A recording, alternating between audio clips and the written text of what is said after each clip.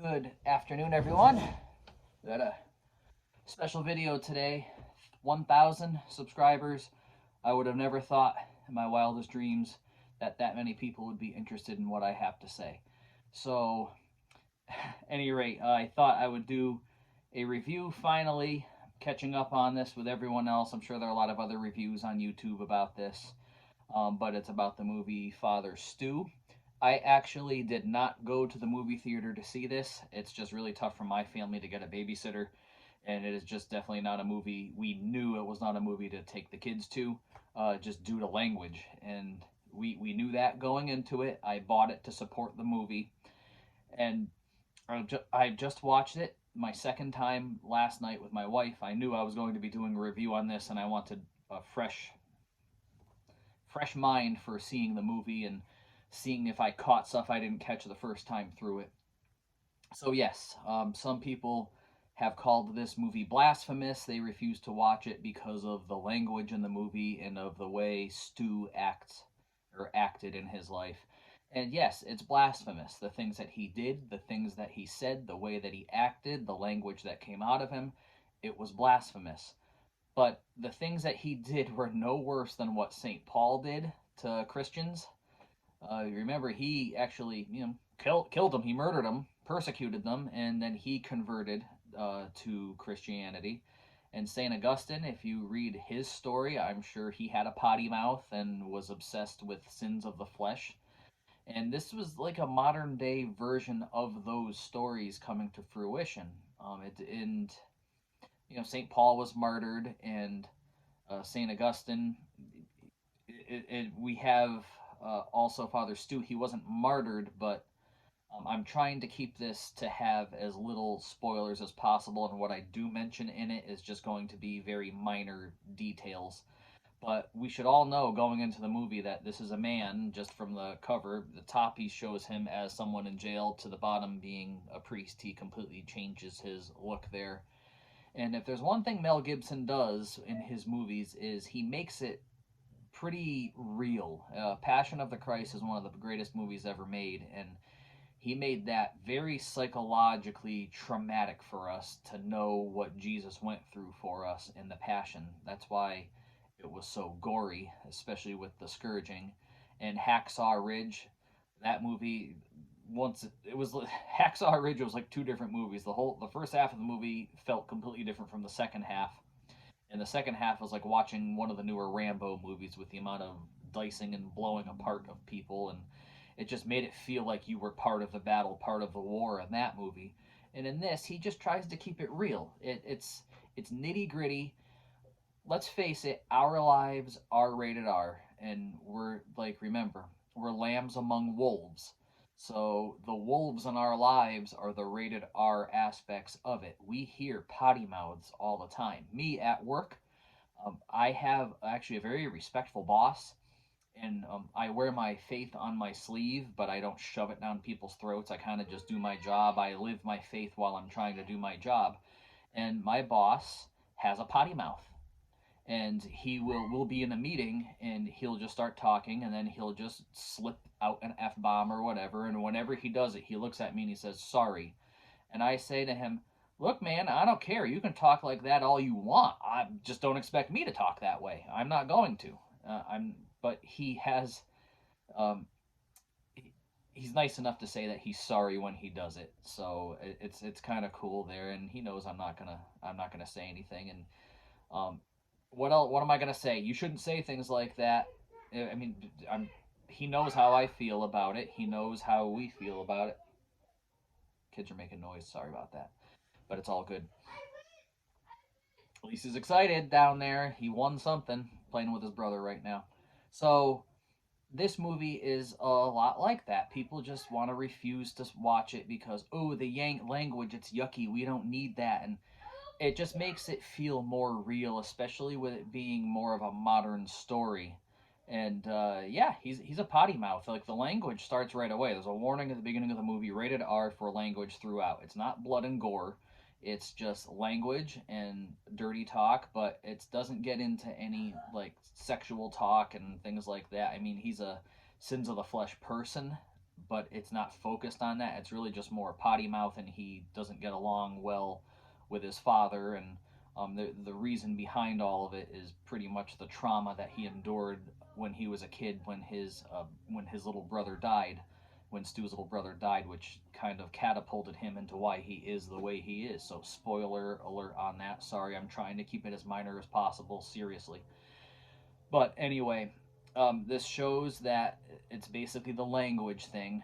Um, Believability, yeah, it's conversion. We know people in our lives. It's for those people who we think are a lost cause, because when you watch this, there's just no doubt about it in your mind. This guy is a lost cause. He's just gross. The way he calls him an atheist at one point. His father calls him an atheist at one point in the movie. Like, do you know he's an atheist? Whereas I think, no, he's got a built-in instinct that he knows that there's got to be some higher power. At least I would say agnostic with it, because he's talking to his brother who passed away. He's talking to his brother in the movie, like "Happy Birthday, Kid," or he's just kind of sitting and spending time with him at his grave, talking to him. So I would say it's more agnosticism and not atheism. But at any rate, he just has that really tough guy demeanor, and he wants to fight. I mean, the box even says God wanted a fighter and he found one, and that's what happened. I've had my younger son Aiden is really strong-willed, like really strong-willed at points, and his personality's been like this since like he came out of the womb. He's ready to fight you back at all, even if you're gentle with him and say try to distract him. He doesn't like getting in trouble. He doesn't like being corrected, and um, he's got a very strong personality where he doesn't like being wrong. My son, he doesn't like being wrong, and I was having a very difficult time with this a couple of years when I was doing my Exodus 90 program, and I was sitting in my holy hour and I was just talking to God about it. I said, he's so difficult. He is so darn difficult. And I need to know how to raise him correctly. And I'm making mistakes with my parenting style, or I just don't want him to. I don't want us to be butting heads our whole lives, because I'm trying, Lord, I'm trying. And God said to me, keep doing what you're doing. I love you. And then I just heard a little whisper in there that says, he needs to have this personality for what I have planned for him. He needs to have this personality for what I have planned for him. Don't know what it is. It's just a little whisper I heard from God there. And it's kind of like this with Stu in the movie. He needed that personality that he had, because God had a plan to use that personality, that attitude, to bring him along. And it's just funny how it worked out, because he's trying to have a profession, and he's working in a grocery store trying to build up to that profession, and he just sees the girl of his dreams in the movie, and he's just like, oh, that's her, that's the one. And it turns out that girl is Catholic. So he doesn't go after her because she's Catholic. He's going after her because of the way she looks, and there's just something about her. And then he follows her, and because of her faith, it was planting little seeds. Like, God put her there for him to be attracted to her, and it brought him into the faith. And at first, he's not treating it seriously. And there's even a funny part in confession where he's just dropping f bombs right in front of the priest, and the priest even acknowledges it, saying, "You might want to clean up your speech." And that's just how he talks. It's basically one of those things where there's no filter. He didn't have a filter from his brain to his mouth, but God used that personality as he became stronger. He has the near death experience, and it's probably the most beautiful scene of the movie is while he's down and having the experience, the Blessed Mother comes to him, and she's actually holding him, and she said, my son died for you. And he says, well, you can tell your son to, and I was like, he's even going after her in this part. But then it cuts to just brilliance of, you see her mouth moving, but you don't hear dialogue, and you see him look at her like, whoa, what she just said makes total sense. And he woke from his coma, basically a changed person, wanting to become a priest, pretty much because of what she said. So it was the Blessed Mother that planted the seed. Boy, does she do that for all of us in conversion. I'm sure she had something to do with St. Augustine in there, and in his conversion and all other strong conversions. Father Donald Calloway, that guy himself deserves a movie for what he went through. Is Father Calloway has a similar, there were similarities to how he was with Father Stu, and the Blessed Mother hit him with the 2x4. Just it takes her words sometimes to really start understanding Jesus, and that was a beautiful thing that the movie portrayed.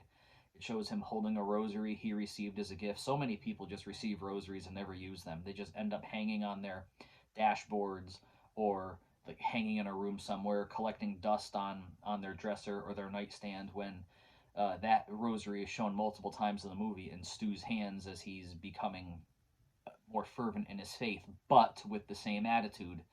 And you can see that as he's becoming a priest, his attitude is remaining, but his language is being cleaned up. But there's still language throughout the movie from like his mother and father. So at any rate, it's a movie that's just throwing it at you as something real. And language is one of those things. When I was converting, I was struggling with pornography myself, and switching over from that, getting rid of that garbage, that poison out of my system through the power of the rosary, learning about Jesus through Mary, my language itself was getting cleaned up, and that was a side effect of something that was happening.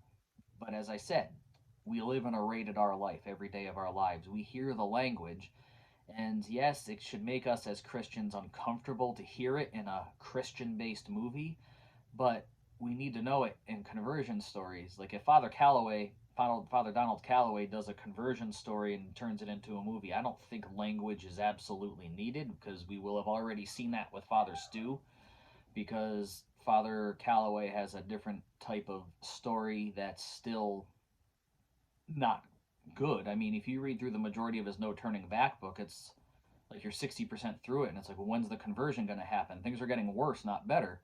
And it just kind of seems that way. Father Calloway was just being real. He's being very open, and this story about Father Stu is being very open. So it goes through the trials of, just because you become a priest and you're the shepherd of God's flock now, you're the face of Catholicism. One of the problems that we have is putting priests up on pedestals, like they're better than we are because they're supposed to be holy. They're just as sinful as the lay people are.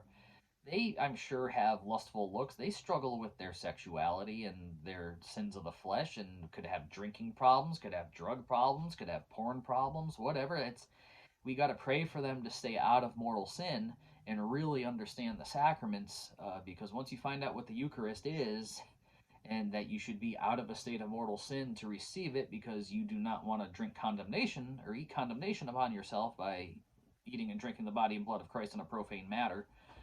We have to know about confession. And there are some other good scenes with confession in the movie, and the language gets cleaned up, and it shows that the struggle he starts going through with his sickness, and he breaks down. I mean, Mark Wahlberg just killed it in one scene where he's just I've gone through it myself, where you just start screaming at God of why. I had something like that happen to me a few months back, and then he immediately starts calming down. I've got to trust in you. I've got to trust in you. Along those lines is pretty good. I had a little bit of a difficulty believing the relationship he had with the girl that he liked, because he came on to her very, very strong right away, and she just basically showed no interest in him. And I was talking to my wife about it, and it's like, if you saw a guy just come up to you, if you were single and a guy just came up to you and started talking that way to you, would you be attracted to him at all? And it's actually happened to her before at a bus stop. When she was taking the bus to work one day, she told me that she had some guy come up to her and tell her if she wanted to get together with him, and she's like, "Oh, I'm married, not interested." He goes, "Oh, it's all right. Your husband doesn't have to know." She told me the whole thing. Some people just don't care. It's like the devil's not even trying to hide anymore. It's so disgusting. But at any rate, it's not unbelievable if a girl's gonna fall for a guy like this, and she just kind of is like, "Oh, I'm a Catholic, and my parents need to know that you're baptized in order for me to date you." It's just kind of that even if he is baptized, I don't see it as the personality is kind of clashing here, and you just don't seem interested in him. And why would you get together with him? And there is an uncomfortable, weird scene in the movie that I was trying to understand where he's telling her about the sickness. He's in the priesthood now; they're not together anymore, and she's crying. She's upset about it. He's upset about it. He's scared. They're both scared because they know what's going to be happening, and they give each other a hug, and he actually grabs her butt from the side, and she pushes him off right away, and she starts giggling, but he's crying when he's doing it, kind of just showing him, hey, my personality is still there and I'm attracted to you. And just, I don't think it was a scene that needed to be that needed to happen. And unless that happened in real life, I don't see a reason why that had to be put in. But that was just kind of more of that awkward moment of the movie that I'm trying to come to grasp with. So anyway, I think the movie is very good. Is it like this great Christian movie that, oh my goodness, all the Christians have to watch it? I think it's actually made more for people who think they're a lost cause. And if they watch this movie, if they are down in the dumps and just don't know what they're doing with their lives, they're addicted to something, like it's addicted to sex, addicted to whatever, it's a good movie to watch to show that you're not a lost cause and that God can still use you.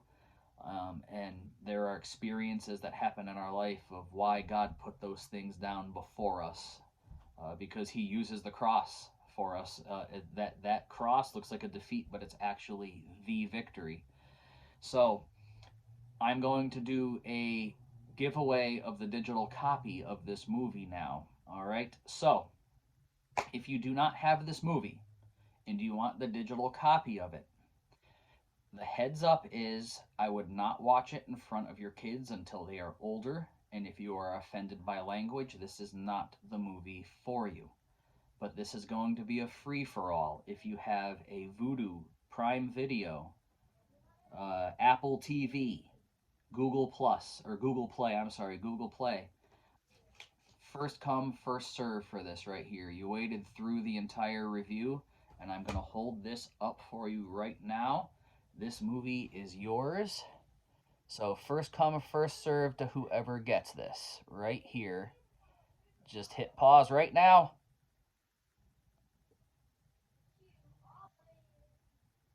There you go.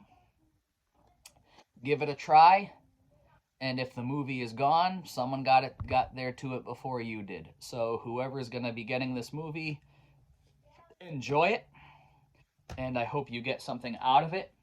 There are better movies out there, but this is a modern conversion story that's very real. It hits you in the feels, and you have to realize the language in the movie is that way for a reason, to show that we're not just watching a Christian movie like on the corny stuff on PureFlix that's just not believable. It makes you feel good the whole time, but it's not realistic. And this is what this movie is aiming for, is realism and conversion. And there's a lot of dirtiness to clean up. So thanks for watching, and thank you. 1,000 subscribers. Please keep me in your prayers. Keep my children, my wife in your prayers. And pray and fast for our priests, our religious, the Pope. Pray for the conversion, and just every day pray for the conversion of one soul back to the faith. All right, so God bless, pray and fast, and pray that rosary.